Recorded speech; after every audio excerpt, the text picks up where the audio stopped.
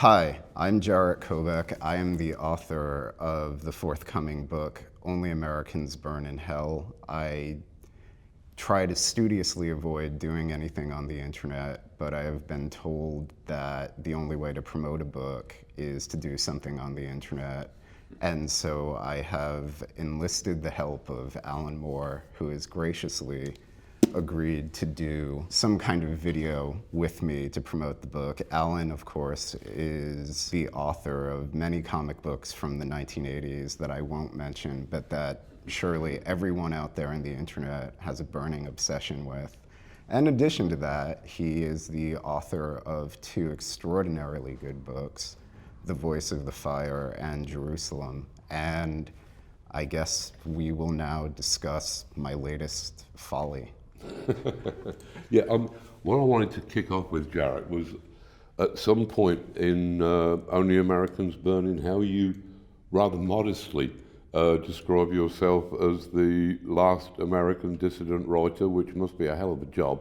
And I just wondered how you came to find yourself in this position. Entirely by accident. I think my dream would have been to be a completely anonymous mid-list writer who is just doing these weird little books that maybe 20 or 30,000 people would buy. And what ended up happening is I did this book called I Hate the Internet, which I could not get published. I then decided that I should self-publish it and went through this process of completely disguising that it was self-published and then released it, and it sort of exploded onto the world.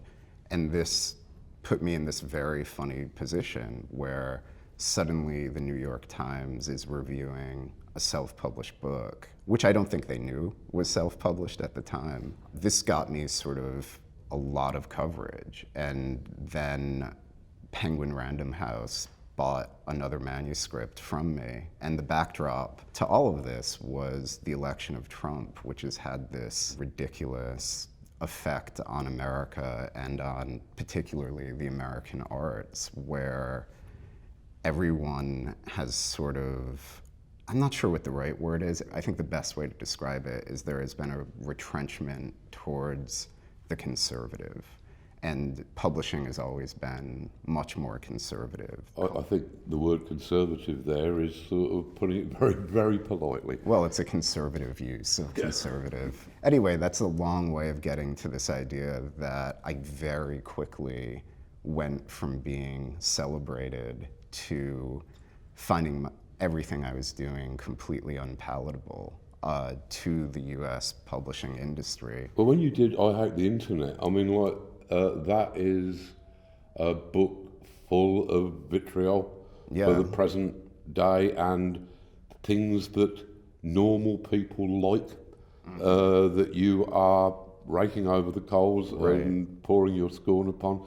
And this was before Trump was elected. Yes. So already you'd managed to sort of single yourself out as a kind of an individual for vilification, and then Trump gets elected. Yeah, well, I think the response to I Hate the Internet was mostly very positive with a little vilification, which surprised me because I thought the response would be entirely negative. And then when Penguin Random House published The Future Won't Be Long, which was the next book, it exploded with all of the force of, I don't know, like someone burping in the wind. Like the book was an incredible disaster.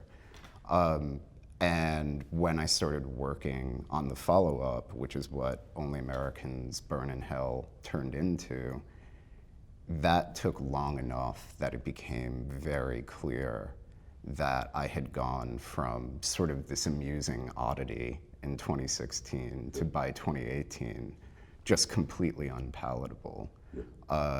And then when I realized that I was completely unpalatable, I decided that I should just embrace it.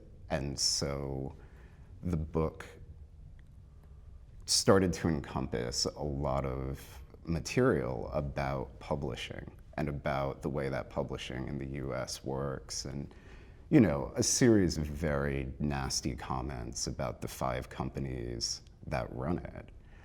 And this, as you might imagine, made me even more unpalatable. There was a process in which my agent at the time was trying to sell the book to Penguin Random House that it's, you know, full of me denouncing Penguin Random House as a bunch of Nazis. Nazis, yeah. So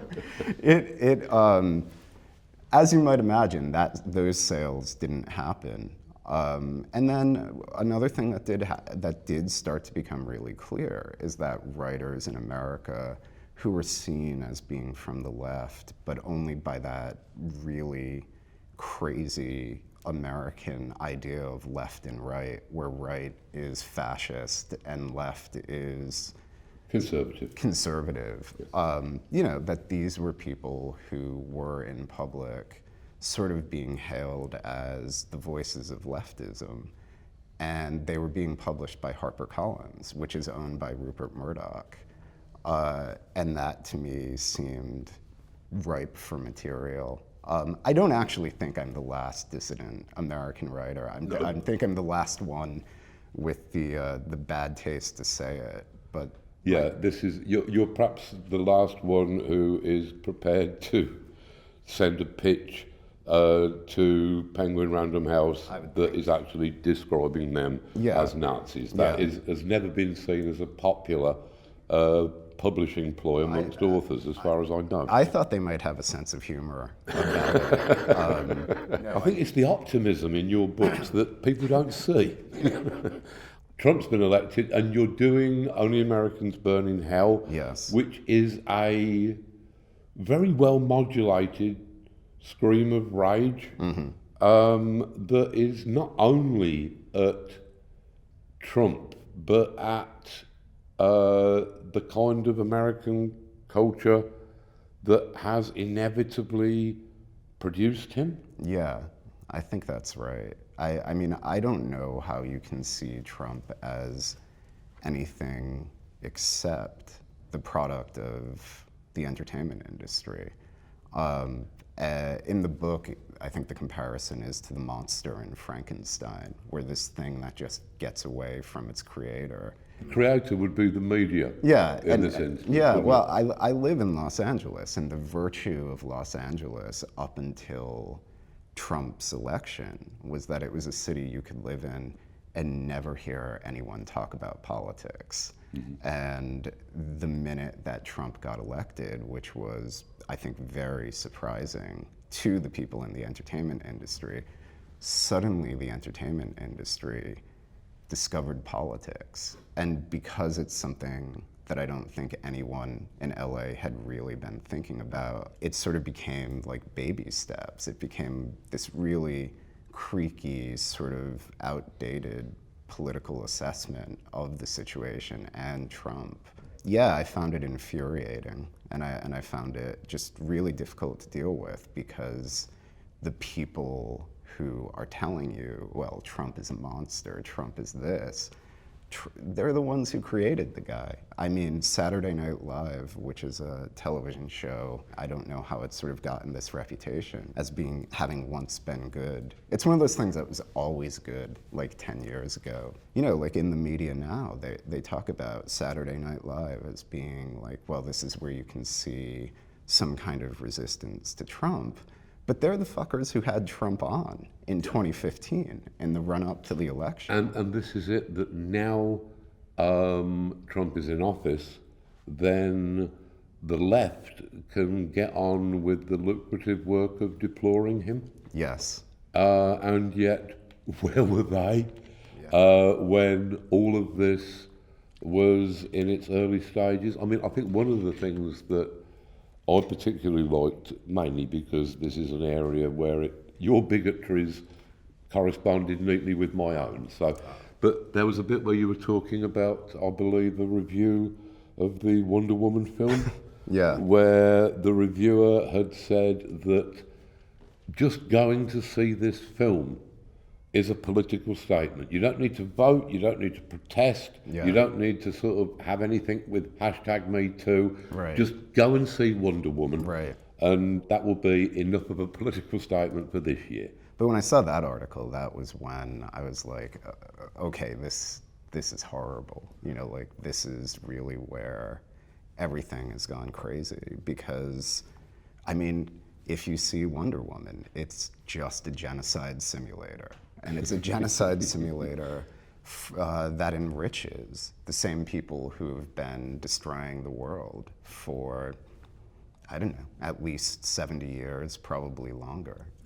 Yeah, and it's also, there's the kind of the pre-Trump culture that I think you nail perfectly in Only Americans Burn in Hell in your bullshit fairyland plot, Yeah. which seems to be an acknowledgement by you that even though there are actual Nazis in power in the country, that sort of right-wing demonstrators are driving their 4x4s into protesters, that even though all this is going on, even though everything's on fire, that basically people are watching all of this kind of emotionally subnormal,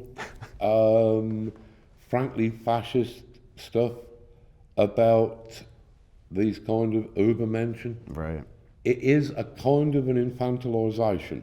I had a incredibly strange experience where I was at the house of some friends, and they were talking about Trump, and they were talking about the wars that we have been waging for something like 20 years. And that conversation was composed of all the opinions you might imagine. Entirely negative. And then, you know, like 10 minutes after that, it was like, well, let's go watch TV. And what they wanted to watch was an episode of Game of Thrones. And it was one of the episodes of Game of Thrones where there actually is some kind of giant battle, which I think for budgetary reasons only happens twice a season.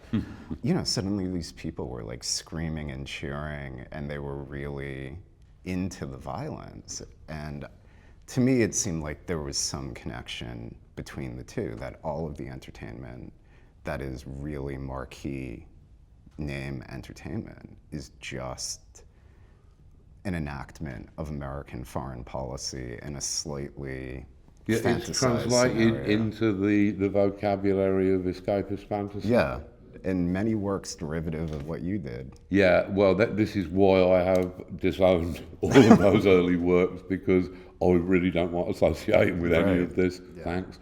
There is this feeling that fantasy solutions, like build a wall or let's leave the European Union, Right. or I find it difficult to believe that people haven't been softened up by this diet of non-stop fantasy. I think that's right. I mean, fantasy to me used to be something which was kind of radical. Right. Back in the 60s it was, and before then, in the 50s, it was used as a way of critiquing things that were going wrong in society. Now it seems like it's a kind of gloss, a tempting gloss that you can put over anything Right. and make it saleable. Yeah. And Well, that's what I've done. That's why I have a fantasy yeah, novel exactly. in the I mean, book. you're doing it in a cynical, calculated way, Exactly. which you're completely upfront about. Yeah. You know, I mean, I suppose this does rather beg the question. I mean, this scabrous portrait of an America lost in its kind of insipid, fantastical dreams while it is sliding into an abyss of fascism and who knows what else. I would note that this is being published by Serpent's Tail, who are an English publisher. So how come, Jarett? I cannot get published in America unless I publish myself. One of the things that happened with I Hate the Internet is that suddenly I became established in Europe. And, you know, that book has had something like 11 translations into different languages that have either seen print or are about to see print. And it became really clear to me that I could not survive as an American writer. I could not be published in America, partly because I did insult everyone in American publishing in the book, but also just that it wasn't going to happen. And I mean, that allowed me to double down on the insulting them, because I'd much rather have it be me dumping them than them dumping me. Yeah. But Serpent's Tail actually, I Hate the Internet, I think, did the best organically in England or in the UK and the Commonwealth territories, in terms of an audience actually seeing it as sort of a comedic novel with real world things in it, and people actually liking the book. I mean, I attribute this to it being about as mean-spirited as the English. Yeah. So they asked if what was going on, and then there was some complications. But anyway, they got the manuscript, and they were totally happy to publish it. And then I sort of decided, well, maybe this is actually a marketing hook, right? That the book that can't get published in America. And this created this very strange conversation between me and the editors at Serpent's Tail, because they were like, well, we should try to get it published in America. And I kept being like, it's not going to happen. No one wants to have it. It's not just going to be the 5 major publishers that I've insulted. I don't think the temperament for humor, for this kind of humor, exists in the US, but they sent the book out or the manuscript out to a bunch of independent publishers. And the answer was pretty much no across the board. And the idea that I came up with, other than the fact that there really may not be an appetite for what the book is in the US, is that everyone who works at an independent publisher, unless it's people whose publishing house is basically a bunch of boxes under a bed somewhere, are on a career trajectory. And their career trajectory only goes in one direction, which is to the 5 companies that run American publishing. So no one wants that on their resume. Yeah. And then the other thing too is I had been published by smaller American publishing houses prior to I Hate the Internet. And some of them did a good job, some of them did less of a good job, but the only one that actually succeeded was when I did it myself and pretended that I didn't. And so it's sort of, I don't know, I just think there's some disconnect between me and American cultural industries. So. Well, America has never been big upon criticism. Yeah. I think that probably America has got to completely lose its empire before it will develop a mature sense of humour. Yeah. That I think that with Britain, when we completely lost our ill-gotten empire in mid-50s, something like that. Right. Then we started to realise how funny we were and how absurd. And I think that was to our benefit. But I think that America, being a younger culture, isn't there yet. Yeah. There comes a point where you can actually see yourself and what you must look like through the eyes of others. I mean, with the current Brexit situation, this is particularly true of Britain at the present time. Right. We are aware of how this looks. Right. And I presume that America is as well. Although they probably don't want to admit it. They probably don't want to acknowledge that this situation is as bad as it actually is.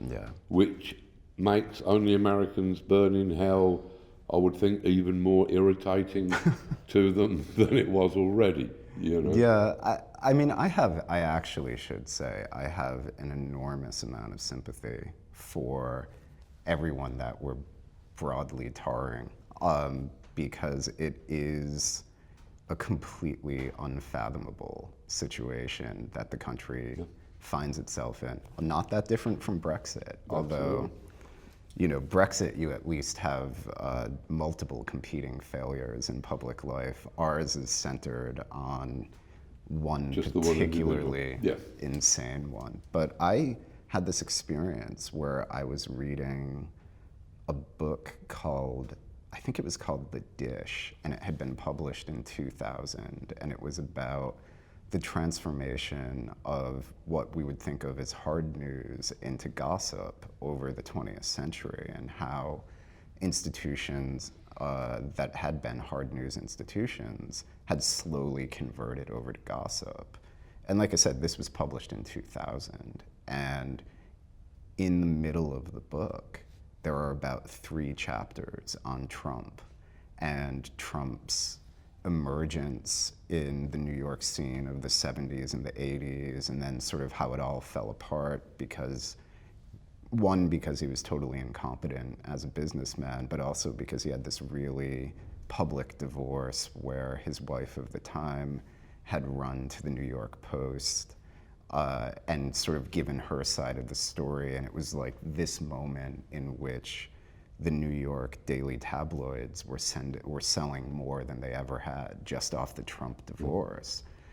And reading that actually felt a little bit like going insane because, like I said, this was published in 2000. So the only thing your brain can do is put in this coda after every sentence, which is, this guy is president, this guy is in charge of 6,000 nuclear warheads, this guy is making policy decisions. And then you have to go back to the book, and it's just sort of, this vapid account of a vapid figure. I do think that expecting the American people to be confronted with this daily and have a sane reaction, or even have a healthy reaction, is probably asking too much of people.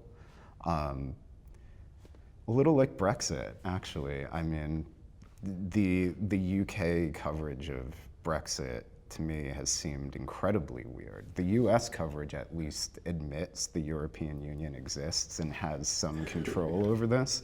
UK coverage seems to be entirely about Parliament. Well, the media have their own agendas, which is partly how we've got to this situation.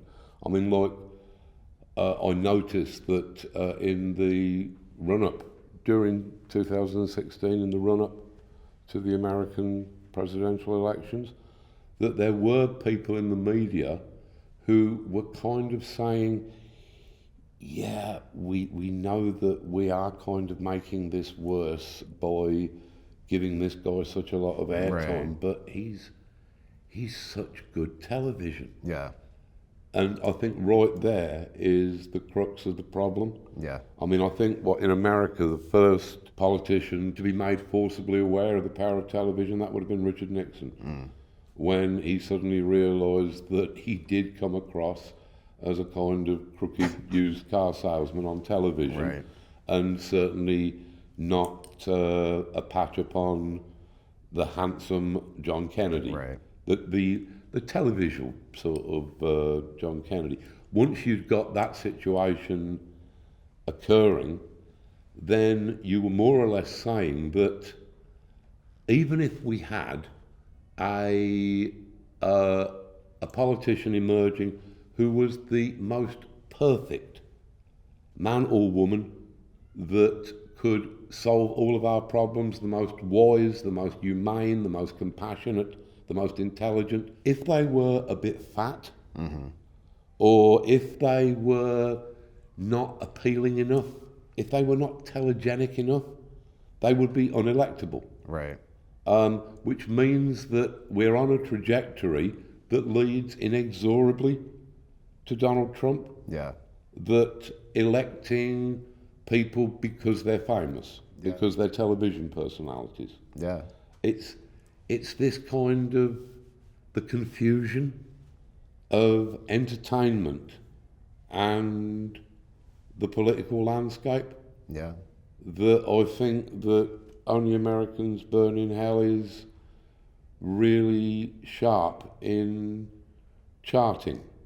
It's become superhero films, fantasy films, you know, all of this stuff has become in some way inextricably involved with our worldview, with what we expect of our politicians, what we expect of reality.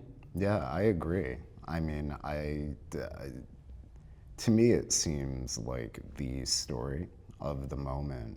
Trump is really interesting, right? Because Trump is a suggestion of almost the opposite of that lesson that Nixon learned, right? Because, I don't know, the New York Times in the 1970s described Trump as Robert Redford-esque in the first article they ever wrote about him. I don't think anyone would apply No, that you wouldn't, now. wouldn't really apply that now, But would you? I think he's interesting because he suggests that in this obsession that we had throughout the 20th century with beauty, that maybe the beauty was a distraction. Maybe it's something about the ability to distill oneself down to a sort of singular visual focus, right? Like Nixon, if he had been really, really hideous in that debate, like singularly hideous, it might have worked. It might have worked. I think that the thing about being telegenic is it doesn't necessarily equate to being handsome or beautiful. Exactly, yeah. It's about do you look kind of spectacular on television? Right. And although nobody would call Donald Trump a sort of an icon of beauty, he does kind of look spectacular upon television because no one can quite believe that, you know, that America has elected a Halloween pumpkin. It's, yeah, you know, there's more than one way of being striking. And he is, I think, almost totally supernatural at this point. I find it impossible to believe that that is a human being. I mean, it clearly is, but at the same time, he seems imbued with tons of supernatural qualities. One of the things that I noticed was that in 2016, where both of our countries reached their points of absolute disaster, perhaps coincidentally, the biggest grossing movies, 6 of the 12 biggest grossing movies in that year, were all superhero movies. Yes. I'm probably reading too much into this because of the vast reservoir of bitterness that I have inside me regarding the superhero industry. Right. That is a possibility. But it strikes me that the fact that his supporters, and in fact the media in general, referred to him as the Donald, Yeah. as if that was his secret identity. It strikes me that this is kind of connected. Yeah. This sort of, it seems to me not so much a crumbling of the political situation, it almost seems to me to be an erosion of actual reality. That the fundamental basis upon which we led our lives, elected our leaders, that this is all turning into a kind of hallucinogenic quicksand, which, again, you capture perfectly with all of your fairyland bullshit. Yeah, and I mean, I think that is one of the reasons why Only Americans Burn in Hell is written the way it is, which most of the people watching this will have no idea what we're talking about, so I should probably say something. It is a fantasy novel that is written by someone who is in the process of having a nervous breakdown, and as a result cannot keep the story going. So there is a story, it's a very simple fantasy story, but the fiction basically continues to disappear in favor of a vaguely fictitious iteration of myself complaining about everything that was irritating me at the time that I was writing it. Now, I don't think I actually did have a nervous breakdown when I was doing it, but it seemed like a really good way to kind of get to exactly what you're describing, which is, I'm not sure there is a function to telling stories like what the story of this book should have been. I don't think that those stories add anything. I don't think they do anything anymore. I think we live in a moment where maybe all of that is dead, and the only way to address it and the only way to sort of write about it is to have this book in which everything is constantly breaking, and which the lines between the supernatural and someone being concerned about how they were treated at an event in 2016 just blur into each other, and it becomes a reflection of whatever this horrible moment is that we're in, where there is kind of a supernatural creature as the president, where Brexit is this thing that can and cannot be achieved and has dominated the psyche of your country for 3 years at this point.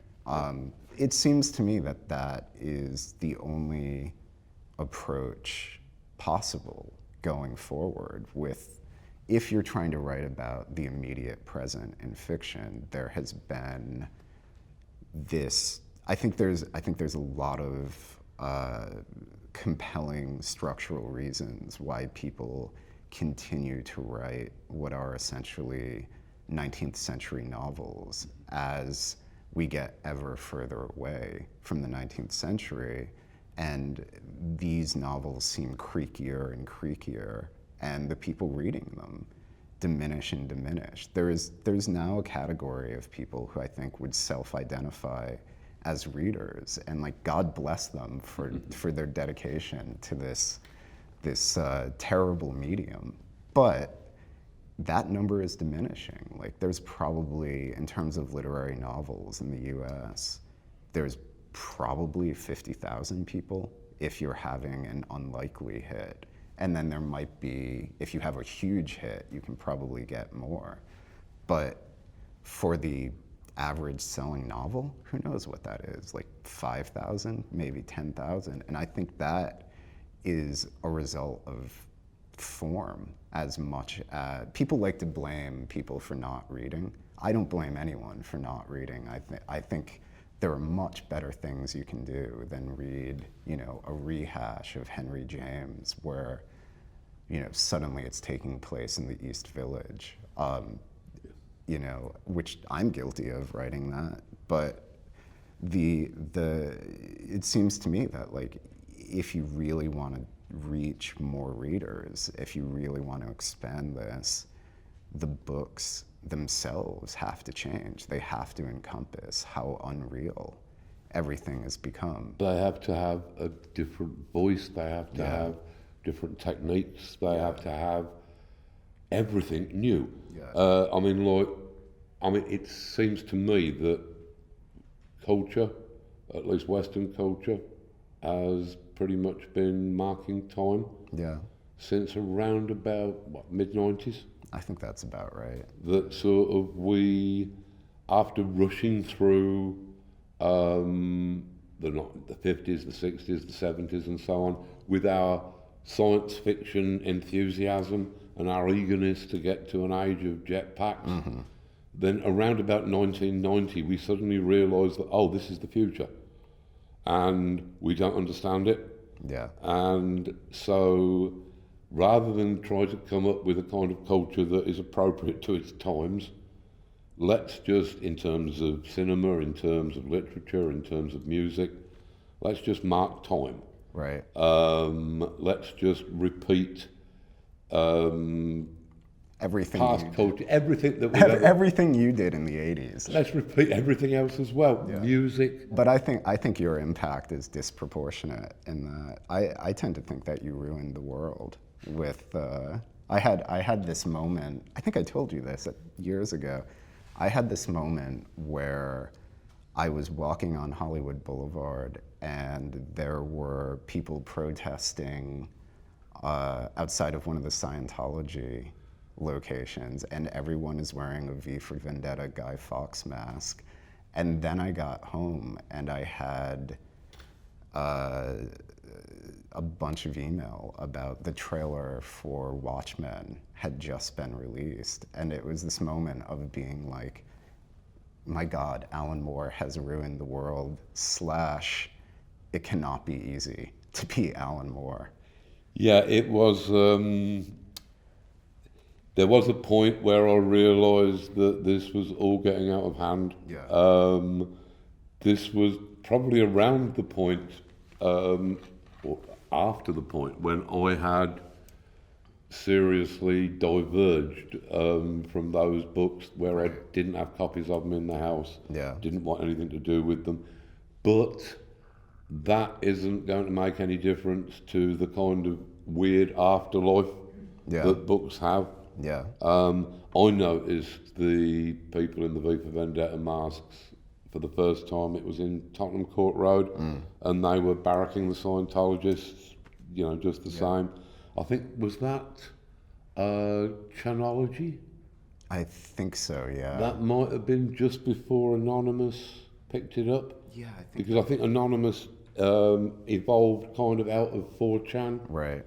And all of that stuff. But yeah, although I'm not really comfortable with me being to blame for ruining the entire world, I would much rather insinuate that was probably you, at least in the modern world. Oh, right. So I'd be more comfortable with that. Okay. But yeah, the thing is, the way that this world works or doesn't work is that you have to be very careful what half-assed fictional ideas you put out there. Right. Because they can come back to you in horribly mutated forms. I mean, as an example, I think I was telling you the other day that there was apparently a parodic fascist hymn that I included in V for Vendetta is now up on the Stormfront website, where somebody had sent it in saying, look, apparently the person who wrote this has views that are completely different to ours. However, after reading such beautiful lyrics, I think that he really must be one of us on the inside. It was a parody, but parody, it's difficult. I mean, like writing a satire like Only Americans Burn in Hell, how do you approach satire these days? I mean, you're going to be talking to Stuart Lee in a week or so. Well, it's funny you mentioned Stuart Lee, because my approach to everything is to just steal from him mercilessly. When the moment where I Hate the Internet actually crystallized was when literally I had stolen from him by pirating one of his stand-up specials, which, in my defense, you can't actually buy them in the US. And something about the form, I think it must have been, if you prefer a milder stand-up, please ask for one, or whatever it is. The form of that.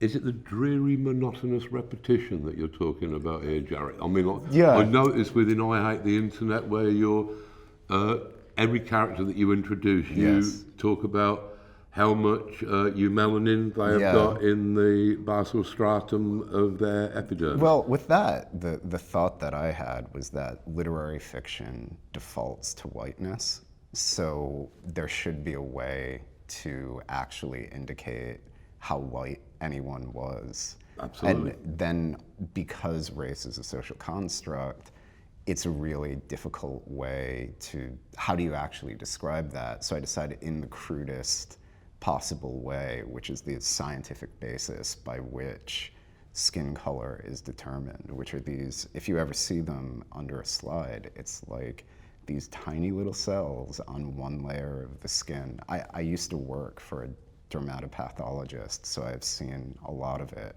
I mean, I think with getting back to your question with satire, it was a real problem with doing this book because there would be sections in the book where, when I was writing it, where I would then have to take them out because something had happened that was too close to the jokes in the book. And finally, what I decided to do was go through the book and remove anything that sounded like it could come from anyone but me or Stuart Lee, and just hope that worked by like completely removing any traces of anything that seemed like another human being could have produced it, that maybe that's the way to do it, right? And it helps that I think at this point I've sort of learned how humor works, which wasn't always the case.